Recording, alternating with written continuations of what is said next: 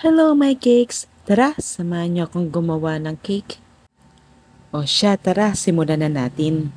So ayan mga ka-baker, may cakes, tinisimulan ko na pong mag-ganache. So kailangan yung cake natin ay malamig or chilled na. Para po kapag in-applyan natin ng ganache, mas madali na po siyang mag-set katulad po ng nasa video. Mas mabilis na po siyang tumigas or mag-set ang ating ganache.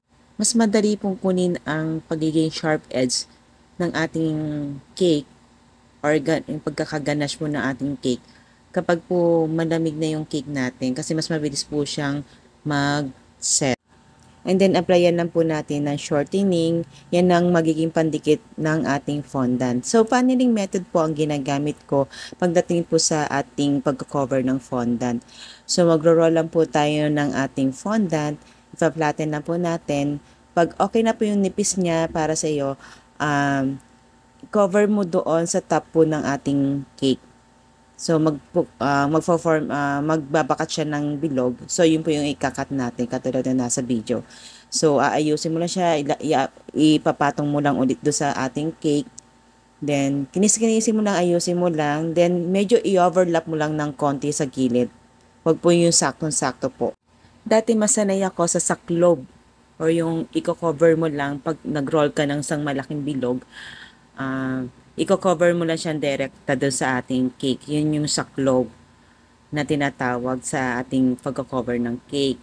So, minsan napupunitan ako or nagkakaroon ng mga elephant skin. So, nag-practice ako paano mag-paneling method kasi mas nakukuha niya yung sharp edge niya. So, ngayon, mas nagustuhan ko na yung paneling method. Sa side naman, basta magro-roll ka lang na mahaba. So, tansyahin nyo lang kung gaano kahaba yung magagamit mo sa isang size po ng cake. Size 8x5 po ang ating cake for dyan sa cake na yan. Basta sukatin mo na yung bilog ng inyong cake, kung anong size man po yan. Yun po yung magiging sukat ng haba ng iyong fondant. Then, sukatin nyo po yung pinakataas kung gaano rin po ang haba niya, kung gaano kataas. So, yun po yung isusukat natin sa ating niroll na fondant. Sa video po, medyo kinulang po yata ako ng sukat, pero mareremedyohan pa po yan. Medyo itataas lang po natin ng konti, i-adjust, para mas maging sakto doon sa ating cake.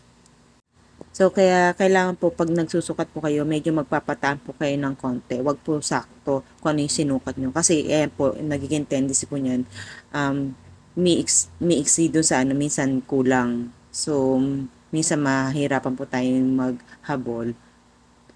Then, ang ginawa ko na lang po dyan, medyo piling ko hindi siya mapapantay. Then, binaligtad ko po para po magkaroon po tayo ng sharp edge.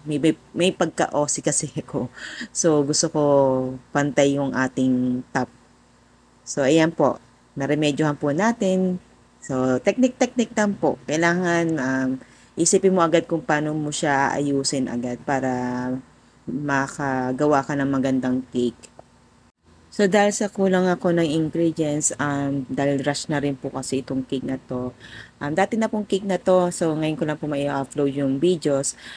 So, ang ginamit ko na lang direkta po is yung gold liquid na food color.